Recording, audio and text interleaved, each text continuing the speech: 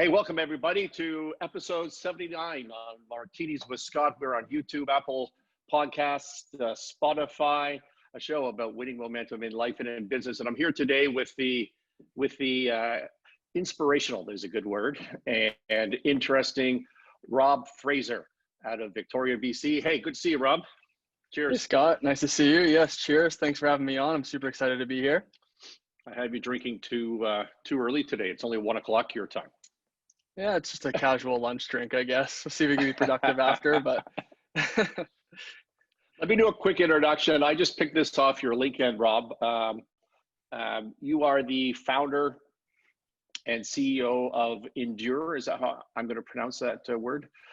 Yeah, it's perfect. Yeah, just endūr. Yep. In ENDU with a horizontal line across the top of it, R. If you're looking it up. North America's leading performance sock company located in beautiful Victoria, BC, Canada, started in 2016, bootstrapped the business with some noteworthy milestones, including being profitable and running a sustainable business. We do things different by building our brand with laser focus, collective of athletes, elevating performance and expressions for athletes. And what else can I say about this? And the brand slogan, which I like a lot, is "You got this," in big capital letters on your LinkedIn. Which is, I don't know much about your generation. How old are you, Rob?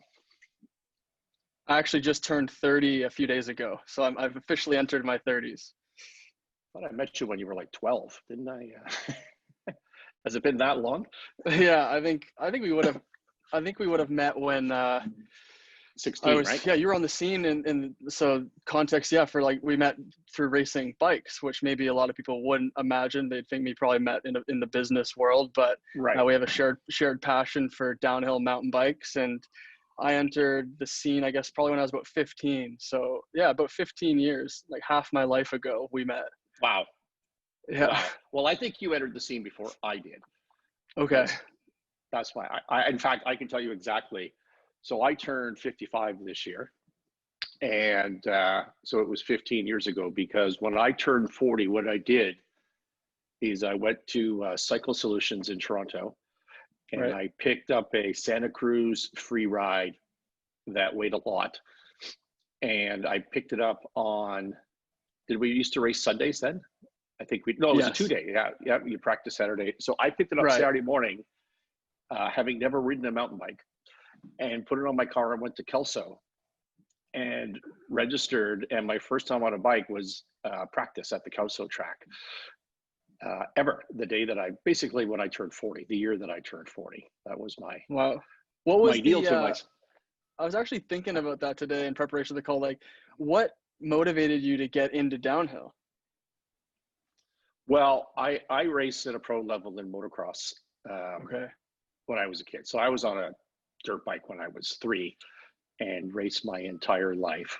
And and then I didn't take my pro motocross career very seriously. And the truth is, I only raced a couple of nationals, and I wasn't that good. I ran at a sort of a top 10 pace in Canada, which is not much on a world scene. But I was good enough, and no regrets or anything, but because I went to the university life and did my thing and built a great career.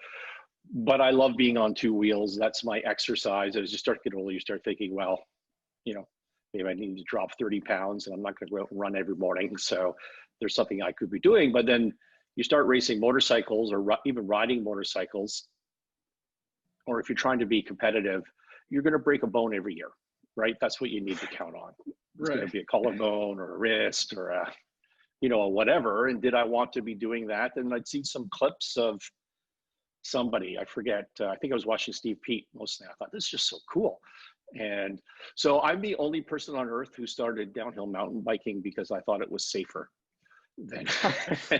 I actually, that's amazing. I actually have a similar story, but in reverse. My parents, I was very interested in riding and racing motocross, but they would never let me get a motocross bike. So my logic was, okay, I'm going to get a bicycle that's similar and show them that I can be just as dangerous doing this. in hopes that I would convince them just to let me get a motorcycle. A bunch of my friends raced motorcycles. I never did get one, never got into motocross, but I did find and fall in I love could with tell you downhill. why. It's because they watched you on a downhill and they said, no way in hell are we getting Yeah. that kid a motor. Yeah. So I just tried to push the bike to its limits, and it seemed to work out all right. So, yeah. Yeah. So give me a summary of where you got to in your downhill career, because I don't know that off the top of my head and it's not on your profile. So just because you weren't just a guy out riding on the weekends is the point. Right. Yeah. Like I said, I got into racing. Basically, I was working at a bike shop at the time, and I don't know if you remember Tyler Schrinnick, also on the scene. He just told me about a race. I started to develop a friendship with him there, and went out to Horseshoe, I believe, and did a race, and just kind of caught the bug. And my dad was, him and I would always do hockey together. His hockey dad. And I had just stopped playing hockey as I entered high school. And so this was kind of our new thing. My dad was super stoked, and he started just taking me to the races every weekend, and that's where we would spend a lot of time together. So through I think this is 2006, the next couple of years started doing more races.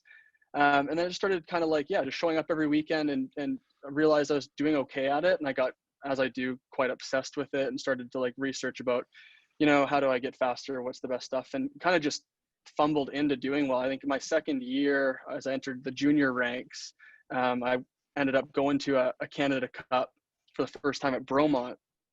And I had the attitude, I was doing all right in the O Cups that time. I was like, well, I'm just going to show up to this Canada Cup and win and do well. I just had this kind of attitude where it was sort of like, why not? And I got my ass kicked, and it was very humbling at that time, but it lit a fire under me. And actually 2 weeks later or a week later was the Tremblant Canada Cup. So I kind of hit the ground. I was like, okay, here's what I learned from the first one, and reapproach Tremblant with the same attitude as I'm going to try and win this thing. Second ever Canada Cup in junior, and I showed up on a slope style bike, completely unprepared, but somehow actually won it. I won the race. Yeah, you won Tremblant. Won Tremblant as a junior in the Canada Cup, and then that was the year. It was 2008. So it was an Olympic year. So that year, World Championships for mountain biking was pushed into really early summer. I think May. So this race was also in May, and I actually, by winning that race, got named to the national team. And this is a kind of funny story. I distinctly remember getting an email. I was still in high school at this point, and they just emailed me and said, "Hey, Rob, we saw your results. Would you like to go to Italy as a part of the national team to race World Champs?" I didn't even know what World Champs was, and I just remember replying to the email like, "No, I have school." And later that day, I showed my parents. They're like, "Do you know what you said no to? Like, this was an opportunity to." So we emailed them back and got myself on the team and ended up going to Italy. So that was my first World Championships at Val di Sole, the famous year where Sam Hill crashed in the last corner. So I saw that live, which was crazy. And then from there, I made the team the next 5 years after that, and kind of just slowly but steadily built my career. And in 2011, won the whole Canadian series and did multiple world champs and some good results, and retired at the early age of 26, just because, as you know, and most know, there's not a lot of money in the sport unless you're top 1% of the 1%. You're still making okay money. And I just wasn't trending in the right direction. It's a young kid sport too. You can be very competitive at 17 years old. And at 26, I wasn't on the right trajectory anymore, even though I finished my last season ranked number 2 in Canada. I still had to pack it in. So that was kind of hard to do, is to like kind of pack it in on top, just because there's not the level of support or financial backing with the just downhill industry. So I just had to hit the next phase of life. Yeah. Did I hear you say that you won the Canada Cup at one point in there, or was it the Canadian Champs, or both? Or so I never won the national champs. That one eluded me, the one-day race. So that's the thing about mountain biking is, world champs. You have the World Championships one day, kind of like our yearly Olympics. Then you obviously have and the one day series. means one run. Like if you don't know the sport, think downhill skiing. It's just one run. It's not multiple runs. It's just one. So if you make one mistake, you're done. Yeah. Yes. My best ever Canadian champion or championship result was a 3rd place on that single run. But in 2011, I won the overall series, which was basically how you do it throughout the year in all the races cumulatively. Then the most consistent and fastest racer wins the overall. So a lot of people regard that as one of the harder things to accomplish because it's based on consistency. Although Correct, yeah. the one-day race, I would also argue, is very hard because you kind of have to put it all together on the highest pressure situation. There's no, third place, fifth place, first place, and just working numbers and hoping maybe one of your competitors has a slightly off day on one of those races. But yeah, long story short, in 2011, I did win the overall series that year.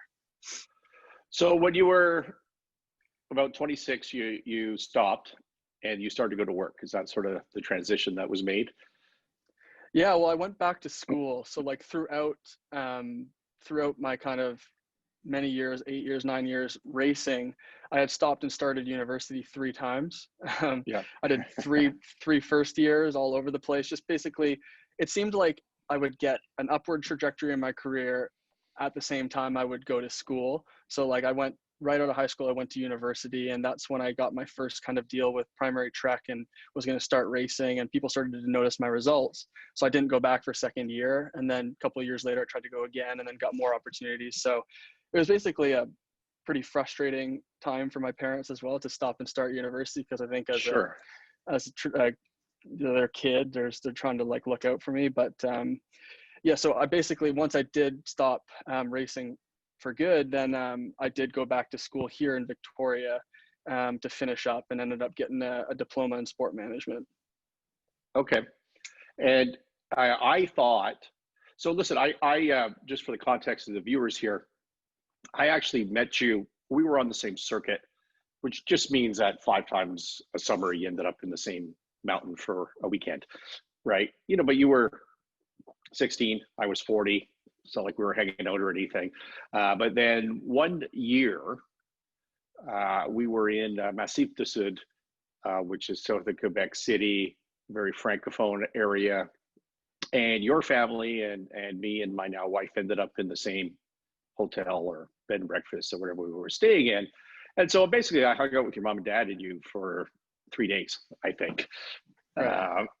And love your family, really good people, and got to know you from that. And so I've always had an interest from then, sort of how's Rob doing and following along. That's been my side of the story. And also it's a close community. By the way, I meant to tell you, I got just a random call 2 weeks ago from Claude, the dirt digger, just saying, oh, no way. just saying hello. He's such a great guy, such a close community. Anyways, Absolutely.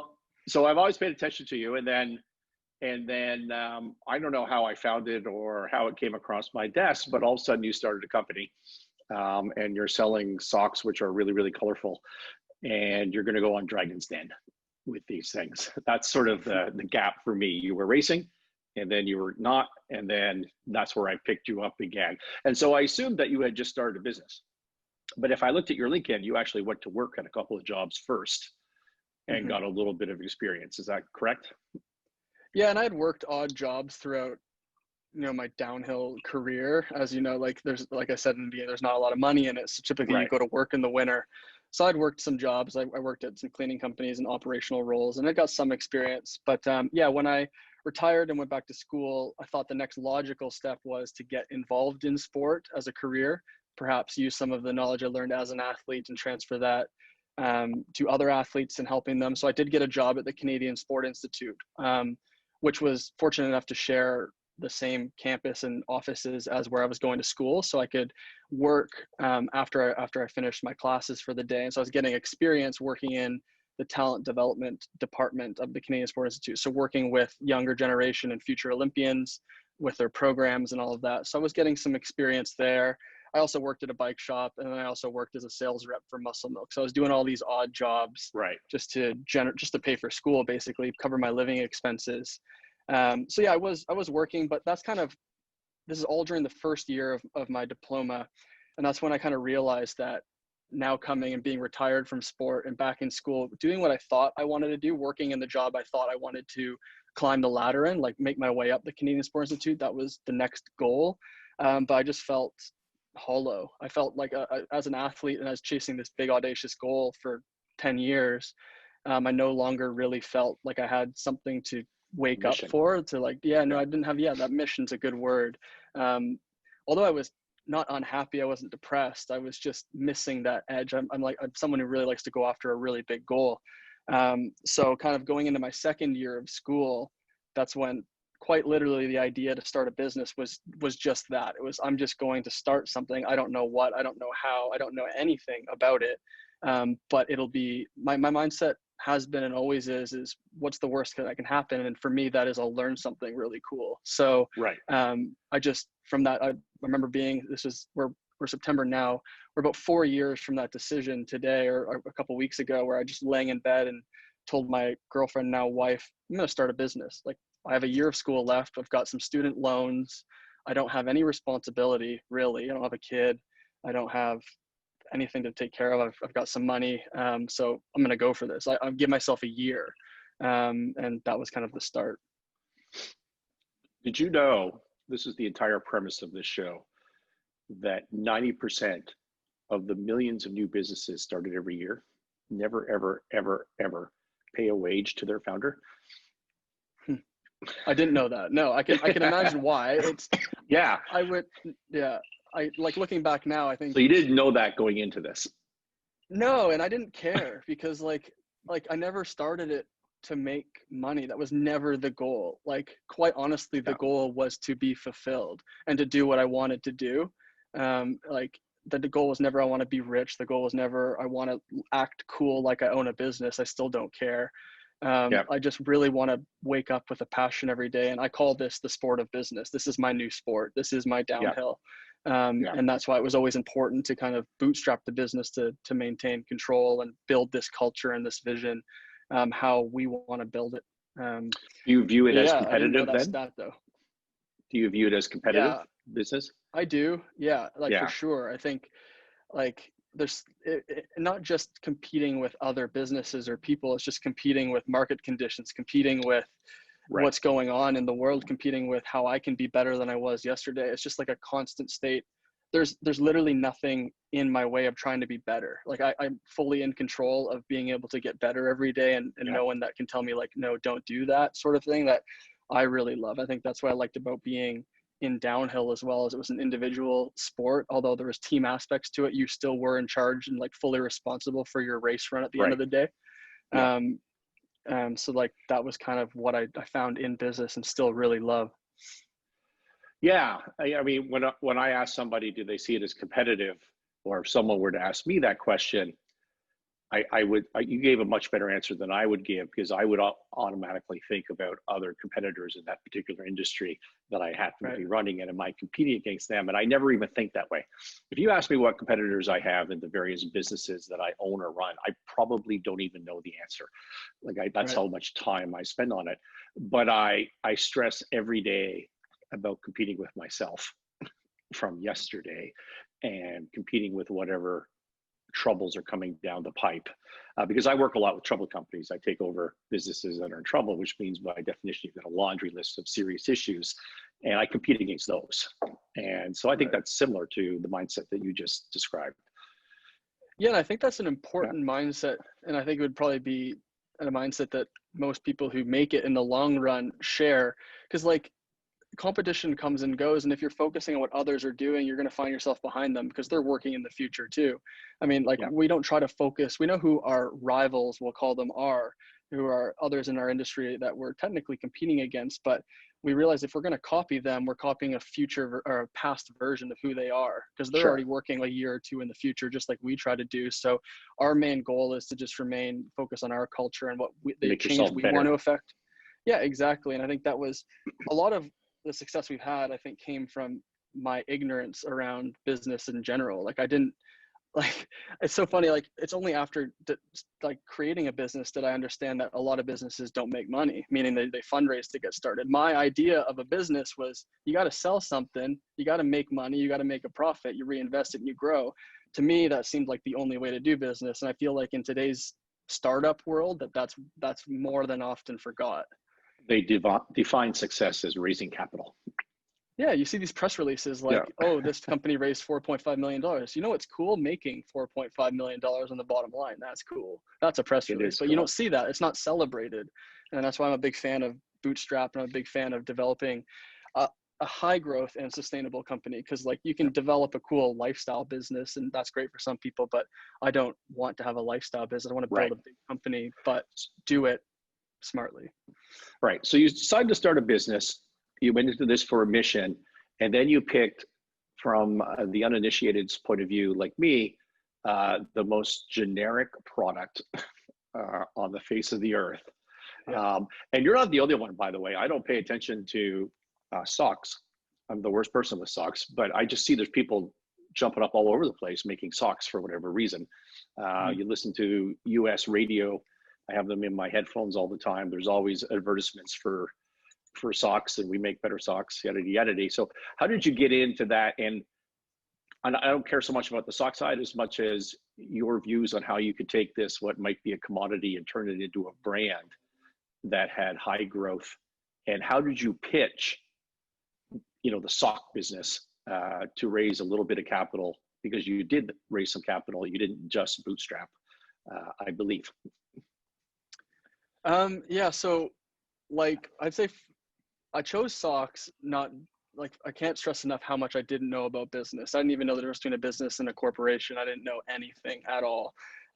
So my initial thought was, I'm going to build a brand. So my first focus was building the brand. So that's why you mentioned in the intro, our tagline, "You got this," and our actual brand name, endūr, is based around the whole idea that we wanted to create a brand for those people and celebrate the journey, the hardships that every athlete, entrepreneur, and person in their life goes through in pursuit of their goals. And so like, I felt like if you looked at the athletic brand, the landscape, be it Nike, Adidas, etc., they focus a lot of their messaging on winning, the top performance, the highest performing stuff. And I thought there's some white space here for a brand that could exist in the journey. It could exist for the everyone, a more inclusive brand.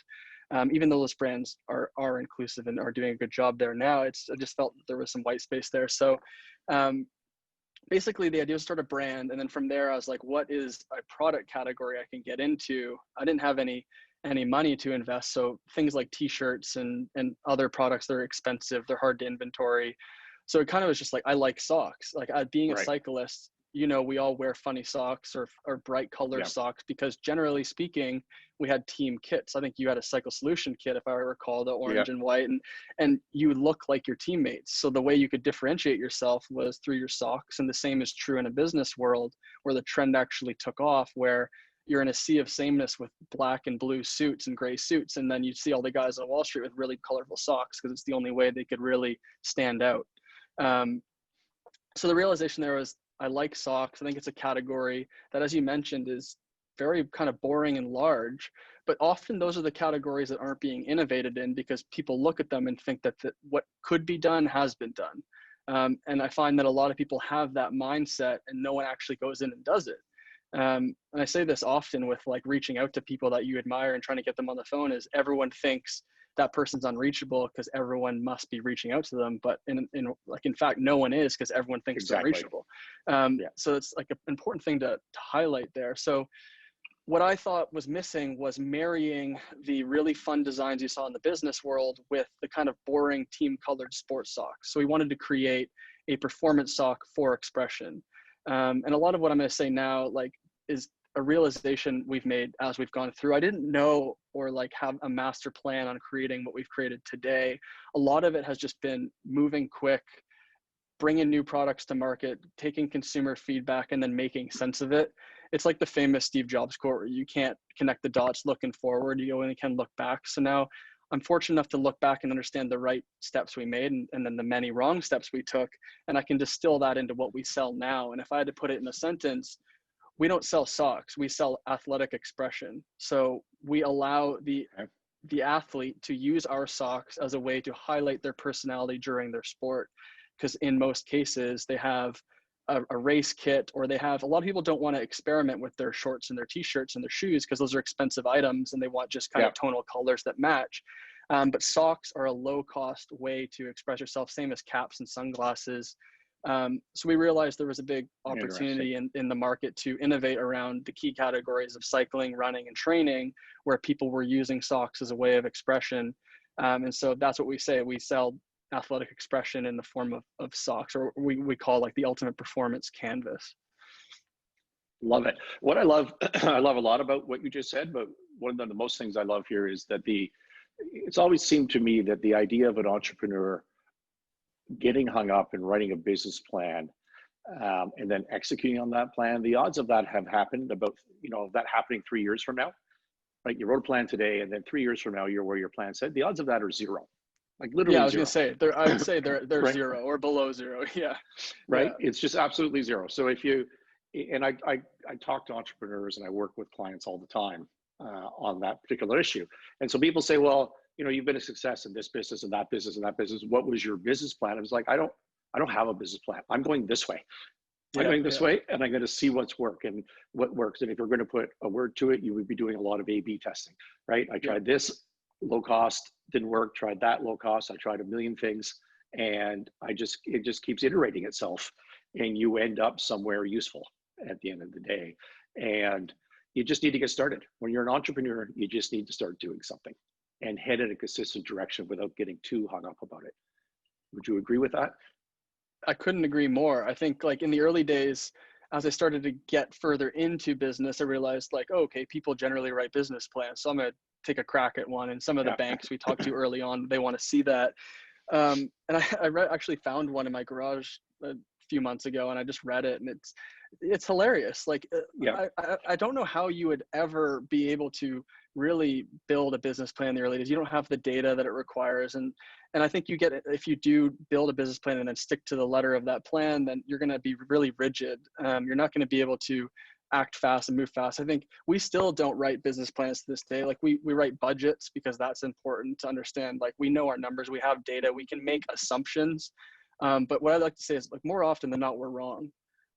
So we know that. So we stay fast and loose and iterate very quickly. And that's been the benefit of setting the company up based on that kind of foundation, where we're not just looking at a plan, building a plan, pitching it to people, getting them on board, and then trying to execute on it. We save all of that time by just testing continually, taking the consumer feedback, using that data to inform better decisions, and then move forward. I think it's quite literally the same the only goes thing with your brand, Rob, right? Same goes with your brand. You don't sit down day one and say, okay, here's the definition of my brand. The brand is what people think of you. The market tells you what your brand means, and you keep testing your messaging, and you evolve that brand over time and embrace it. Is that the way it worked for you? Exactly. And I think looking back, I've been fortunate enough to do a few talks now about what we've done now that we're kind of 4 years in, have very, very modest success. But what I say is in the early days, you don't have the data and the information to guess what people are going to want, or guess or make a business plan around brands. So what I did early on was I built a brand that I wanted to interact with. I mentioned that I wasn't feeling the fire. I was kind of not motivated. I didn't know what I wanted to do. And I was in that endūr state. I had to keep moving forward. So I built the brand for myself. And I always say, you got to remember there's like 8 billion people on the planet. The reality that there's going to be millions just like me are pretty high. So even though I'm building it for myself in the very early stages, there's going to be a lot of people that resonate with my exact message. And by that, I wasn't guessing what people are going to like. And then, as you mentioned, moving forward, then you start to get some data, and you can mold the brand around who adopts to your brand early on. And you're right, every year we evolve the brand to be on point with the broader market that we're in, and you got to go through those different levels of maturity. But I think build it and they will come, and then iterate on that, and then just continue to be authentic and put your own voice into it. And obviously at a certain point and pretty early on, it had to outgrow what I wanted it to be. But luckily our community attached on early, and they let us know where we should go. And we kind of went into those areas and used that guidance along the way. How did you start building your brand? How did you get and to me, when I ask that question, a brand to me is when we get the name out, people start talking about whatever the company is, endūr, but they're not necessarily buying socks. They're just talking about endūr, right? And they have something in their head. How did you get the name out in the early days? What was your strategy, not for defining, but for just building the brand itself? Yeah, so we are fortunate enough to build a business at a time where it's easy to get your message out to millions of thousands of people via Instagram. So we started an Instagram page. So one of the things that was important to me, I actually read Tim Ferriss's book, 4 Hour Work Week, and gave me some kind of tips and tricks there. And so what I wanted to do was act a lot bigger than we were. So it was just just myself basically, and with a phone. But we built the brand without having any product or any kind of, so we bought the domain name, got the Instagram account, so made ourselves look large, and then started to post like coming soon, endūr, like we kind of create some hype even though we had nothing. I remember going and getting some hats from the mall, like just with endūr stitched on them, as here's our first, you know, pre-release product. And I remember distinctly laughing, like just kind of like, and we created some decent hype somehow through Instagram. I had like a little bit of a following from my cycling career. So people were like, what are you doing next? Like, what's this endūr? And I remember distinctly within the first couple of weeks, people reaching out like, hey, how do I get involved? What you're doing seems so cool. And I remember just like laughing with my wife in bed, like, this is nothing. I'm just like a guy with a phone with like doing, you know, kind of nothing, and people want to be involved. This is pretty cool. And then from that, what we actually started doing was developing a brand ambassador program. So people that, once we defined more about what endūr was going to be, we wanted to find people that were living, breathing representations of that, and then arm them with the product and the brand knowledge on how to go out there and talk about it. And that's still something we use as like a top of the funnel kind of marketing strategy these days, is just organic, sort of, not influencer. These are just everyday people that we feel are living, or like authentically living our brand values, giving them the product at a discounted rate and allowing them to talk about it. I mean, we all know that the most effective form of marketing is referral. People that you trust, talking about something, you're going to probably likely go try it or buy it. So that was something we did really early on. We've nurtured that over the 4 years, and we're getting close to about 1,000 North American brand ambassadors these days, of like qualified, very awesome people. We have a close-knit, like closed group community of them on Facebook where we interact and pitch ideas and get feedback. So it's super cool. But that was really the only marketing strategy we used for like the first year. We didn't pay to acquire any customers. We did everything organic, and that was a factor of not having any money to spend on marketing, which ended up being a benefit, because in the first 2 years, basically, we didn't pay to acquire anyone. So we didn't get customers into our funnel that, you know, we tricked into it, or that weren't going to provide actual real data of who our customer set is. So when we finally did flick on the paid advertising, we had a lot of data of who is our customer, who likes to buy our product, and let's find people like them, rather than just kind of acquire people that, and create a really whack data set, which I think a lot of people do in the early days, is overpay to acquire, and they don't have any real data on who actually likes their product in most cases. So that's kind of how we focused. And just to quickly loop back to your one point, we basically did bootstrap. Like, I had a co-founder when I started the business, a friend from college, because this really did start as like me just thinking, I want to start a business. I'll do it with a friend because it'd be more fun to do it with a buddy. And this doesn't sound good. There. No, there's a story there for sure. But his uncle, I've done a lot of shows on partnerships, and that you shouldn't start a business because you want company. No, yeah, and I learned that the hard way.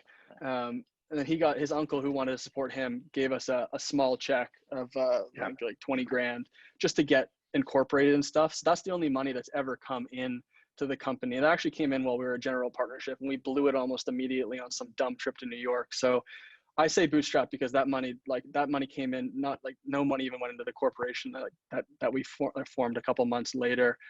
All the growth since basically 2017 Jan 1 has been based on profits.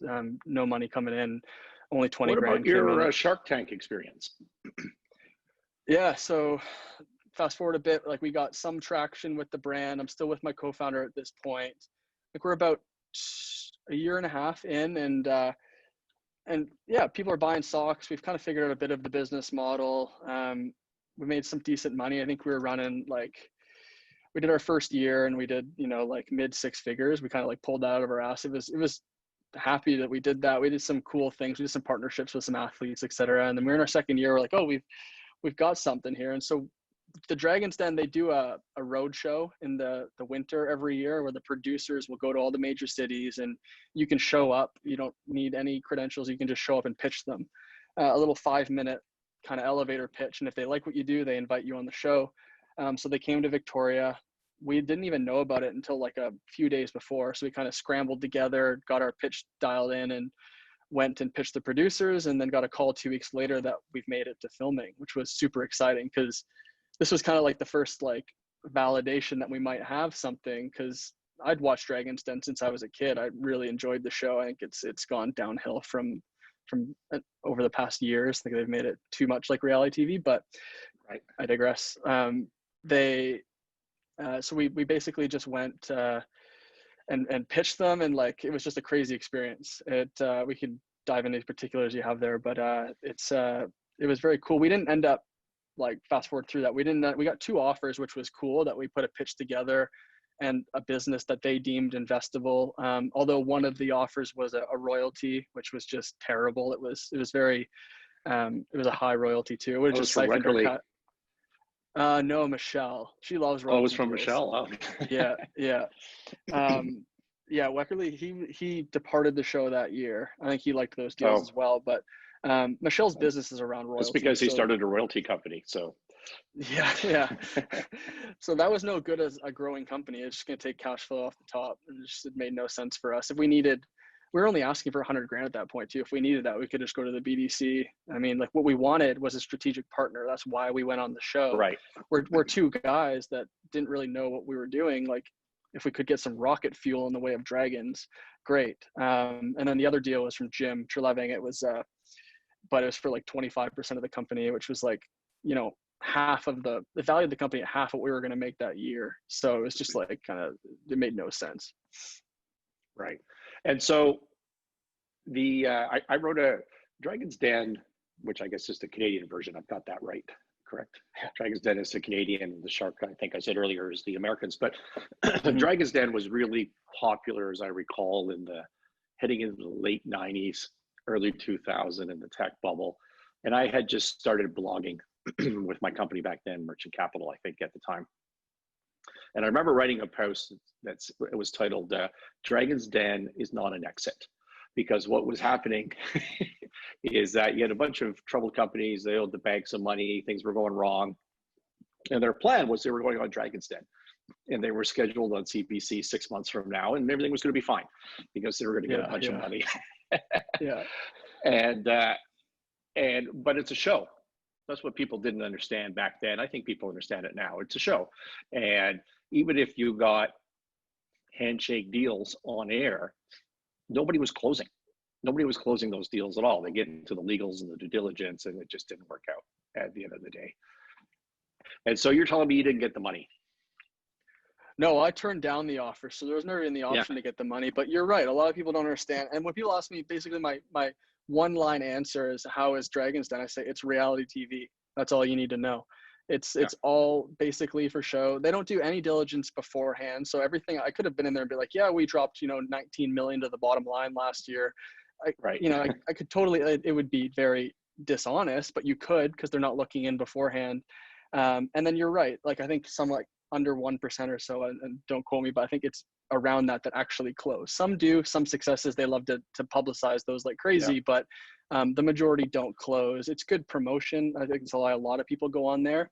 But you're right. It's like, and I don't know, I don't love it these days because I don't know, it's kind of old fashioned now, the way that they're doing it. And well, it burst the bubble for you.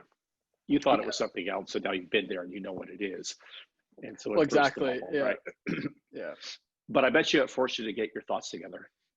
Exactly. I don't regret it, and I would do it again if I had to go back, because it forced us to take a deep dive into our business, understand the numbers, show up and pitch. Because another thing is, you don't get a dry run. You show up to the studio on the time and day they say, and you go on set and you're on camera immediately. There's no practice. There's no meeting them beforehand. So it's a high pressure situation. And I think we're there at 6 a.m. It's also like on like the 11th floor of a building or something like that, which is crazy. You'd think it looks like a basement. So it's pretty crazy, much smaller in person actually. But it just forced us to kind of like take that next level of maturity as business owners.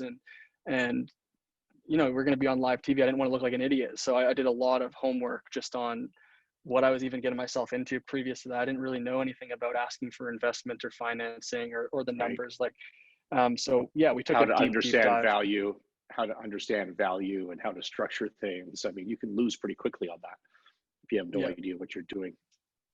Yeah, exactly. And it's still kind of like you know, like finger to the air for valuing a startup, in my opinion, like especially in the e-commerce space. Is like, it's very difficult, and they definitely, especially the dragons on the panel these days, are used to valuing very traditional businesses and not high growth kind of like online startups, where they're not looking at repeat customer rates, they're not looking at, you know, our recurring revenue as much as they should, et cetera. So we went on with a pretty high valuation in their opinion. They grinded us on that, but I mean, we executed on what we said we were going to do, and they would have had a wicked deal if they took our offer. Yeah, for sure. I want to talk a bit about, or a lot about, the intersectionality between sports and business, which I think is really the entire definition of your brand, in a sense. That you've started a podcast, in fact, that talks exactly about that, I believe. Is that true? Yes. Yeah. And so what have what lessons did you take from sports? This is an unfair question, because if you asked me, I couldn't answer it. But the lessons that we take from sports and apply to business, because it's funny, like this entire video podcast is about winning momentum, and it's premised on the idea that 90% of these businesses never pay anything, and maybe we can help. Right? Maybe through life experiences, business experiences, we can help people with the tools and with the mindset, and change that stat a little bit, right? That's a pipe dream, but that's the idea behind the show. And yet you're a guy, I've never spoken to you about your business before. I haven't seen you in person in years, right? I know you from, when you were competing, and I know your family. But if someone asks me about Rob, and when I think about Rob, I'm not thinking that you're going to be one of those 90%. It just never even crosses my mind that you wouldn't figure it out. And that's because of your sports background, right? That's because of your competitiveness, right? And I don't think that's all glowing either. I think there's elements of the sports that, are a hindrance. Like maybe it's too much in the business world. But anyways, let me just throw that open, and then I've got a bunch of specific questions on that. Sure. Well, first, thank you for grouping me into the 10%. I appreciate it. I'll do my best to live up to it. No, I think, and I say this often, like I said earlier, that I see this as like the sport of business for me. And I think it's not so much that sport taught me a lot of lessons. I think that my entrepreneurial tendencies manifested in sport. Like I was using like that drive that I had to kind of carve my own path and develop my own kind of personal brand at that point, because I was never the most gifted racer. I was definitely good, but as you know, we grew up in Ontario, so we weren't coming from the place where you'd think a downhill mountain bike racer is going to thrive. But what I did do was I prepared better than anyone, in my opinion. So we didn't have elevation, so what I did is I took every part of what our racetracks would look like, and I just built every individual piece on the side of a hill. So if it was a left corner that looked like this, I built that left corner. If it was a right corner that looked like this, I built the right. And I would hike and I would repeat that thousands of times. And what that taught me is, like, I think it was a benefit in the sense that you look out here on the West where you just go do 3-minute runs. You're not focusing on being perfect. You're focusing on just getting through the run. But I was doing— You're focusing on flow. Yeah, flow, which is important for building fitness and tying it all together. But I could work on that while in practicing at the actual races. What I was doing was focusing on 3-second sections at a time and being absolutely perfect. So then what I could translate that to was being absolutely perfect and tying it all together and executing at a really high level. So I actually wasn't the greatest at just going to a new trail and riding a 3-minute trail and being fast on it, because I liked to learn sections. I liked to know where I was going. And so I thought that taught me a lot about just preparation, because I had no other way. It's like, I remember building jumps where in order to get speed to hit the jump, you had to hit a corner perfectly. If you didn't hit it perfectly, you don't make the jump and you get hurt. And if you don't make the corner after the landing, you hit a tree. So there was really no option to not be perfect, Yeah. And that was just kind of the only way that we could operate in Ontario. So that taught me a lot of lessons around preparation. But I think I just really, like, things I enjoyed most about sport in my particular career was I had to develop my own financing. I had to pay for it myself in most cases. And a lot of people helped me out, but I had to basically pitch myself. A lot of people in the neighborhood I grew up in were business owners, and I would pitch them like, here's what I plan on doing. Is there any way your company could help support this? In exchange, I'll give you this. So I was starting to learn some of the tools of pitching an idea and developing, you know, what I could give back, you know, like a value add for them, and kind of like a mutually beneficial. And in most cases, they were just helping. You know, there's not much I could do for their business, but I was trying. So I learned a lot of those skills. I learned a lot about marketing and travel, and just also I think just traveling around the world and being immersed in that and meeting people, you mature a lot quicker. So Yeah. I think all of those aspects of being an athlete will make you a good entrepreneur, because you have to apply all those same skills. You have to be willing to like go into very uncomfortable situations. You have to be willing to ask for help. You have to be willing to work really hard with no clear kind of guaranteed success in sight. Because with sport, you learn to fail a lot. I won a few races, but I lost a hell of a lot more. And so you learn to just not see those losses as failures. You see them as an opportunity to get better and win again. So I think maybe perhaps that is what being an athlete does. It teaches you like resilience. Because that's all that business I might is. need to jump in and remind you that you didn't like losing races. No, I didn't like doing it, but I did not like doing it. I was probably like, pretty angry, but it didn't stop me from trying again. You know what I mean? Like, and learning from it. And learning. So here's what people, I think, you can correct me if I'm wrong, but to me, people misunderstand athletes, and they do this with me, and they say, "Oh, you love winning." It's like, no, not really. I don't really care that much about winning, but I really, really hate losing. Yeah. It doesn't matter what it is. Like, I really don't like that. And for me on the downhill side, I didn't care about losing, because I was never trying to. I started when I was 40. It's not like, who am I trying to impress, right? I was just out having fun on the weekends. But but in real life, when I'm competitive, it's the not losing that is the motivator, I think, for most athletes. It's not the winning. It's the not losing. And you were a guy who I always wondered if you were overly intense and overly focused during a whole weekend. I always wondered whether it hurt your career to some extent. And I don't know that to be true. I just wondered it. But my wife would say, you know, we're at a Canada Cup. She said, "Did you talk to Rob today?" I said, "No, I'm not talking to him this weekend. Like, just flat out, like, just leave him alone." He's got, right. And I don't know if that's true or not, but if it is true, I'm certain as you've matured, you've been able to dial that down and apply 90% of it to your business world, which is probably perfect. Is that fair to say? No, I think you hit the nail on the head, and I've thought a lot about it. I've actually said, I forget who I was telling about it, but I don't know how much of my actual downhill career I enjoyed, because I was always so stressed out and so intense. And I've traveled the world a couple times. I've been to beautiful places, you know, New Zealand, Australia, Spain, Guatemala, all these crazy, and I didn't enjoy a minute of it because I was so worked up, so stressed out. And I think I to your point, who knows? It's impossible to say what would have happened, but I think at least I would have enjoyed myself more had I not been as intense. But at the same time, it could have, you know, you never know. Like, hindsight 2020, I have no idea. Like, I know that was my personality. I just didn't really know any different. Like, I was just an intense person. But yeah, as I've matured, I try to like smell the roses a bit more, you know, like enjoy the process. And I've adopted a lot of, you know, in comparison to my former self, patience and the ability to understand that, like, I think I was really hard-headed back then too. And like, I've worked really hard to understand I don't know everything, and that I can learn a lot from other people, and that more. Well, that's the point. That's the point, is the hard-headedness and patience. And I'm not calling you impatient and hard-headed, but I'm saying that's what you miss out on by being overly focused and overly intense, is you're in your path, but you're not seeing this. And maybe most of the time your path is dead on, but you're missing out on these things. And sometimes you need to see those things on the outside.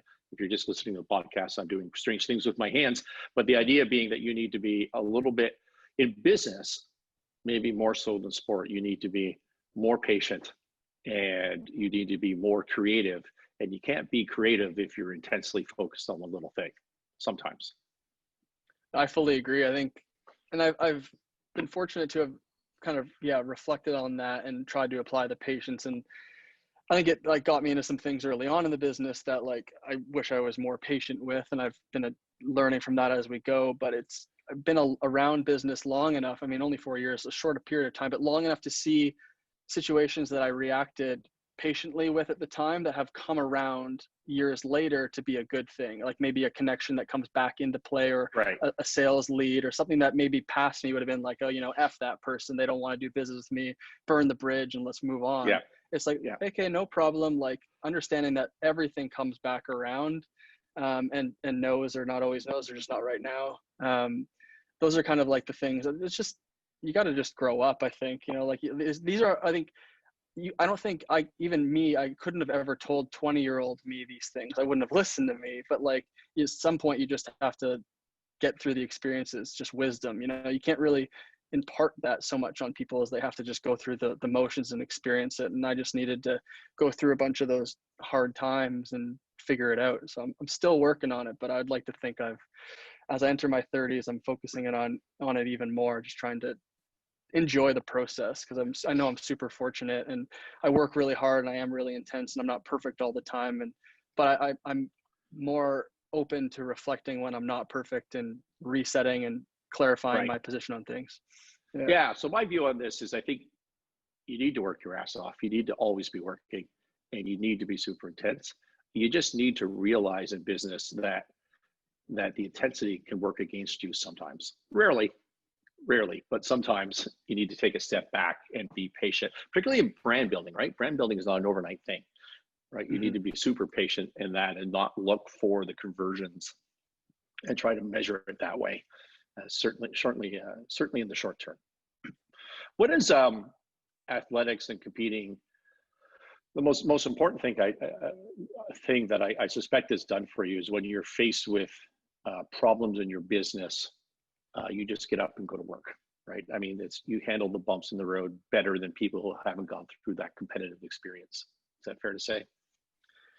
Yeah, I think like, I don't know if it's so much, I think sport definitely, we touched on, like it taught me to lose and use that as fuel and not quit. Quitting was never really something that I thought about doing, but yeah, it's just, my personality, I thrive off when things are not going well. It actually, like, I get in like more focus. So I tend to like to listen to like, you know, sadder music, or put myself in somewhat of a state of like something like kind of angry and like kind of frustrated. It focuses me better. And I don't know why. That's just something I've learned, that I operate better when things are not going well. So I try not to get too complacent, or like when things are going well, I try to find the holes in the business that are like, okay, these need to be plugged up and we need to get better here. Cause I never want to get to a point where I'm like, yeah, everything's great, you know, and we're just killing it all the time. And I've also tried to live a little bit more in the middle. And I forget where I read this, but it was basically if you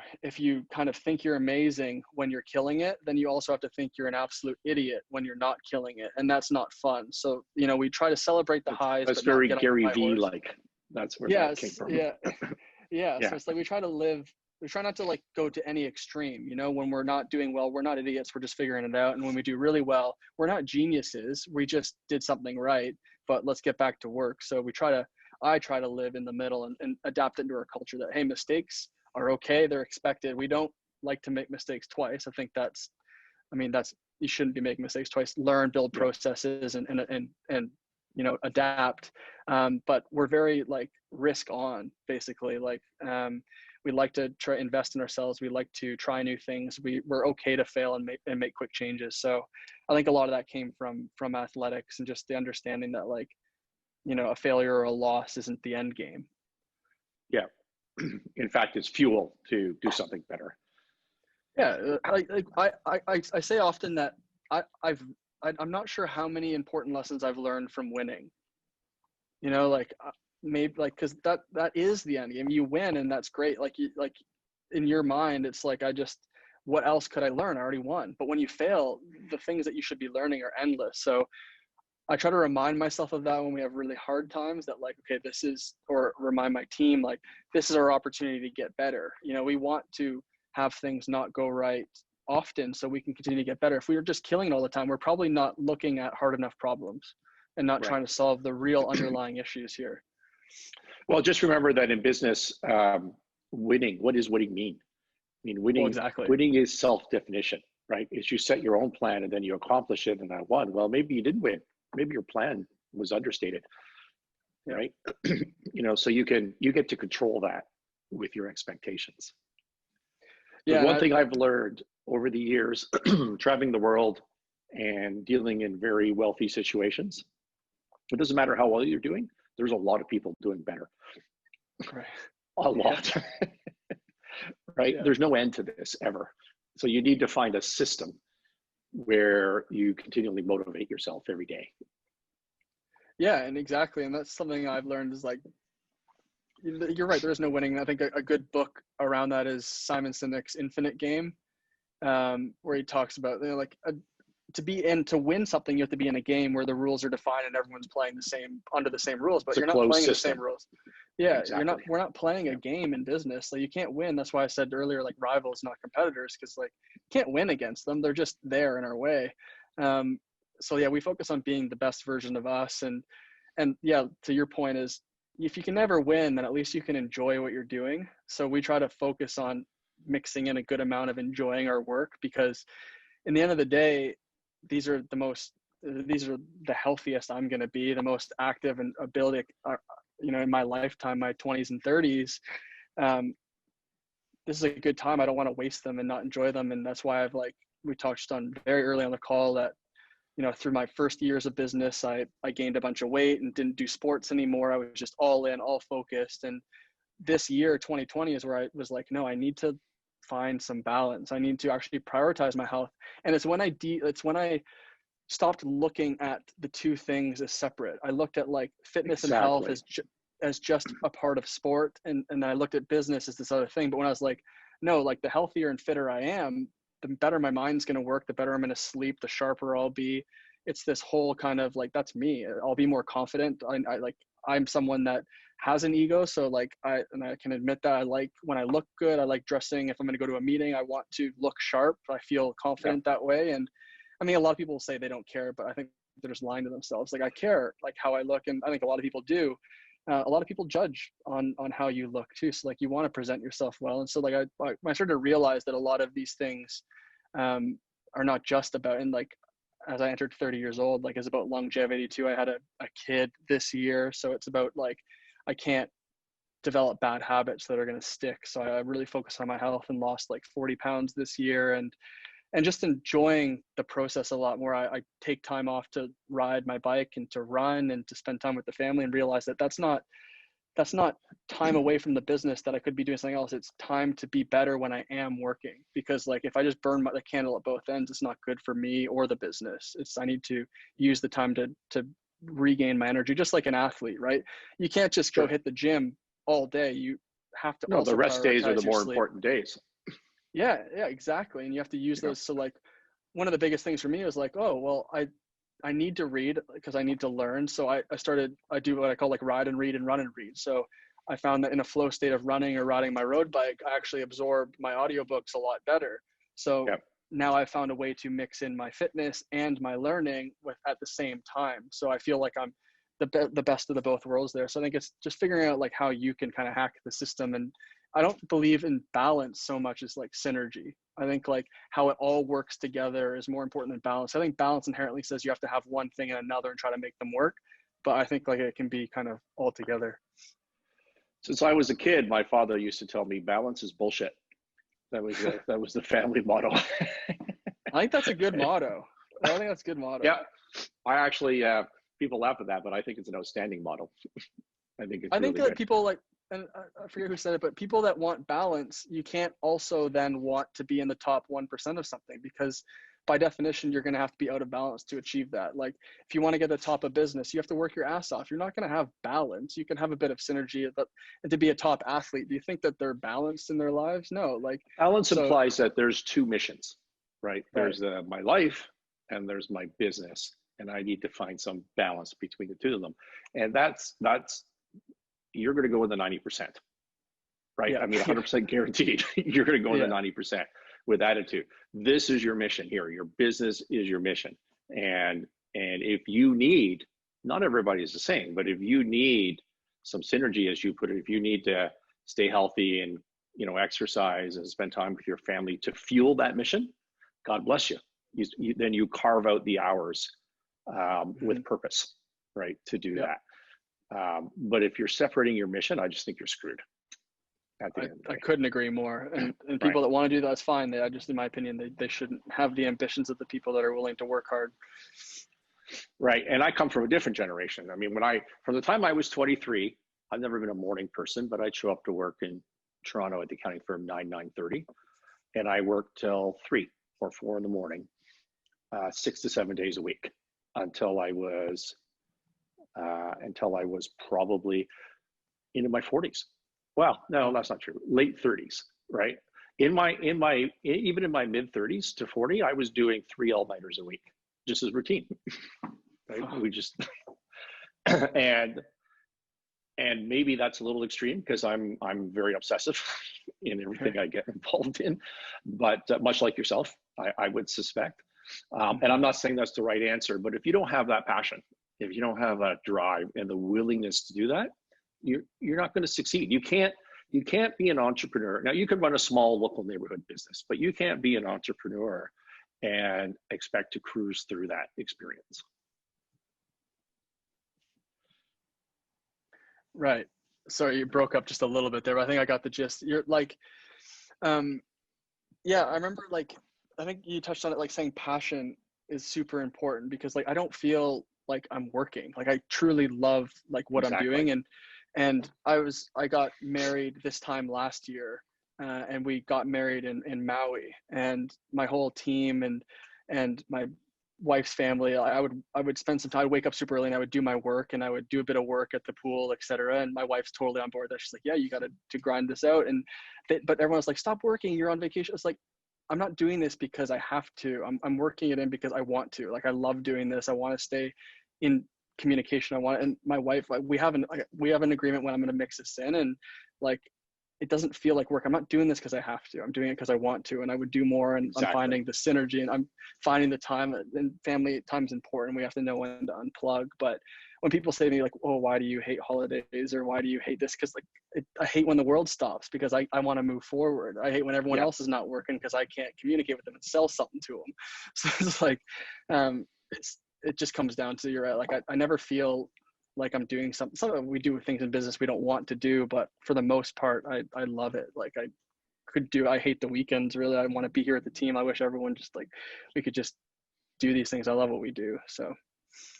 So we're running, I've got a bunch more things to talk about, but we've run over our hour. So let me conclude with one thing. Sure.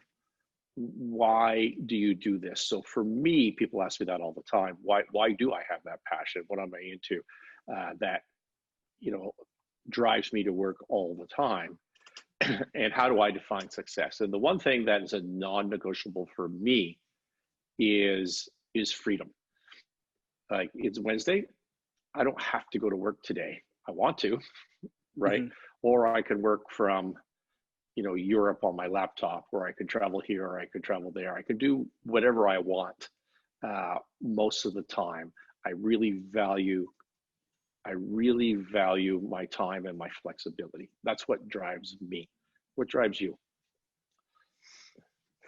I like that. I'd like to think that's what drives me, but I'm not sure I'm the same. I think, like, even back to when I was doing downhill, I need that really big, audacious North Star. If I wasn't doing this, I would pick some other big goal, some other industry I want to go into. I want to align that big goal with what I'm passionate about and what I like to do and what I feel is like my values and culture, and just go after that. I don't define how we do here by like our revenues or where we're going. It's just how big an impact can we make, and how excited am I to get up and do these things, kind of work in small spurts of energy around different projects that we do.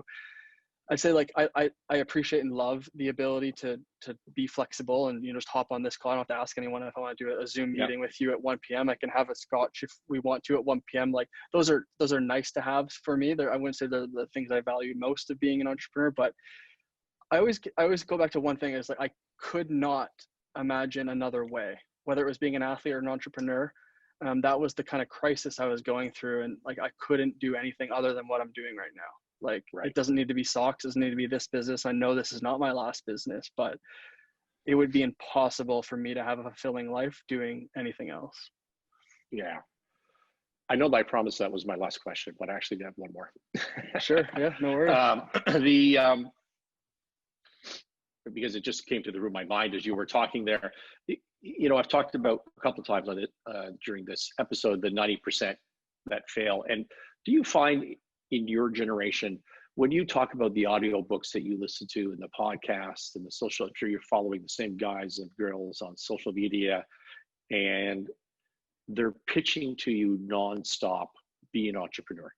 Like, this is the market. And they're selling entrepreneurialism. Nobody's selling go work at GM. Nobody's selling that. They're selling be an entrepreneur, build the brand. And I fear that the Gary V's of the world are just setting up so many kids for failure because they don't have the tool set and they don't have that North Star to drive them. They've been motivated and influenced by social media and by books. And they've said, yeah, that's what I'm going to do. And, in the big picture, somebody like you and I would say, well, the heartbreak that comes from that, they can use as a learning experience. It wasn't a waste of your life. But most people don't have that attitude. Mm-hmm. Most people, when they go through that failure, is just going to be debilitating and painful for them. Do you see that from your generation, the sort of the push to become an entrepreneur? Yes, for sure. I also think that it's sexy. Like, a lot of people, like, social media and all these podcasts and books, like, it makes it look really cool to put in, like, entrepreneur in your Instagram bio and say you're doing some sort of venture and develop some sort of brand, because it's so easy to now make a website, maybe like do some sort of drop ship business, or go raise some money from everything that's available these days to get some small amount of money. I just see so many people that, like, want to, like, live the lifestyle of being an entrepreneur, live what they think being an entrepreneur is, but don't understand that, like, 99.9% of the time it's hard as hell. And that, like, it's not cool. It's not about posting on Instagram. It's not like you're just hitting home runs every day. And I think a lot of people like the idea of, like what you said, like, you value your freedom, but that comes on the back of, like you said, working 18-hour days, 6 days a week for 20 years straight. Like, now you have freedom. You didn't have freedom then. You're working your ass off. Like, that's right. So, like, a lot of people want all the accolades and all of the benefits that come with being an entrepreneur immediately. They think that, like, oh, I've entered this entrepreneur club, I'm going to make $1 million. I'm going to have freedom. I can do my work from my yacht. But that's not the reality. Like you have to invest. Like, and those people are the ones where they're in the 90%, as you said, because they're going to take the money out of the business right away. If they do, and a lot of these people don't ever even make a revenue. They just make a big stink online and then never actually sell anything, or they try to sell other people on how they became entrepreneurs. And those are the scammiest guys online, or guys or girls. And then they never actually sell anything. And if they do make a modest amount of money, they take it out, they don't reinvest, they do anything smart, and the business flames out. So it's just kind of like, I see that all too often. And I forget who says it most, but a lot of people, like, would see themselves, there'd be a huge benefit to being a number two, or go work at a startup, get the experience and tack on to someone else's idea. And I think that's not, as you mentioned, that's not being talked about or celebrated enough, that you can be entrepreneurial inside of a company. Everyone I hire here, I hire that can think for themselves, that has done their own entrepreneurial things. My head of marketing, he used to run his own business, his own car wash, etc. My designer, she had her own clothing that she was making when she moved here from South Africa. So, like, I would look for the entrepreneurial tendencies that they all have. And, my operations, she runs her coaching. I think that's terrific advice. That's really good advice. So I think just, like, you can be entrepreneurial in your career. I don't think you need to actually go start your own venture right off the bat. And you'd probably benefit from learning a lot of the lessons. Like, a lot of my team have been with me over the years. They've seen a lot of the hardships we've gone through. And I think if they were to ever start anything on the back of this on their own, they'd have a head start, because they would know, I'm not going to do that kind of that. I'm going to make sure I have a shareholder agreement or whatever, you know what I mean? So I think that, which you didn't. I've seen a lot. Nope. No, I didn't do anything right. If you watch Martinis with Scott, you would know the dangers of that. If I didn't have such a hard head in the first couple of years, I agree. But I learned some important lessons. I call it my MBA, because it cost me a lot of money to unwind a lot of the things that we did in that way. But we're on a good path now, and maybe we could do a follow episode on that, on just that whole process. But it's Yeah, we should. yeah, We I'd be should. happy to dive into anything kind of like, here's what could go wrong if you don't do shareholder agreements and do bring on investment without the proper documentation, et cetera. So, but it was You a good have to learning play experience. defense as well. Yeah. Can't just be offense. Yeah, that's where the patience comes in. Yeah. Yeah. All right, my friend. Thank you for this. This has been a Martinis with Scott episode. We are on YouTube, podcast, Spotify. Check out the channel. If you like what you see, give us a thumbs up and please subscribe. Anything else you want to add, Rob? No, just thanks so much for having me on. If anyone wants to check out what we're doing, it's, as you mentioned, endūr or endūrapparel.com, ENDUR, no E, apparel spelt normally. We're also on Instagram, all the socials. So check us out if you like what we're doing. How do people order from you? How do they buy us pair of socks? All online. So we're sold in North America right now exclusively. So in Canada and the US. And yeah, if you just go on endūrapparel.com, you can, just check out there and ship right to your house. Super simple, super easy. So all direct to consumer. So you're getting the best price and quality. Send Ashley the links, please, so she doesn't have to find them, and we'll get them in the notes for you. Perfect. Yeah, will do. Okay, cool. Thank you so much. No problem. Thank you. All right. Take care. Thanks, everybody.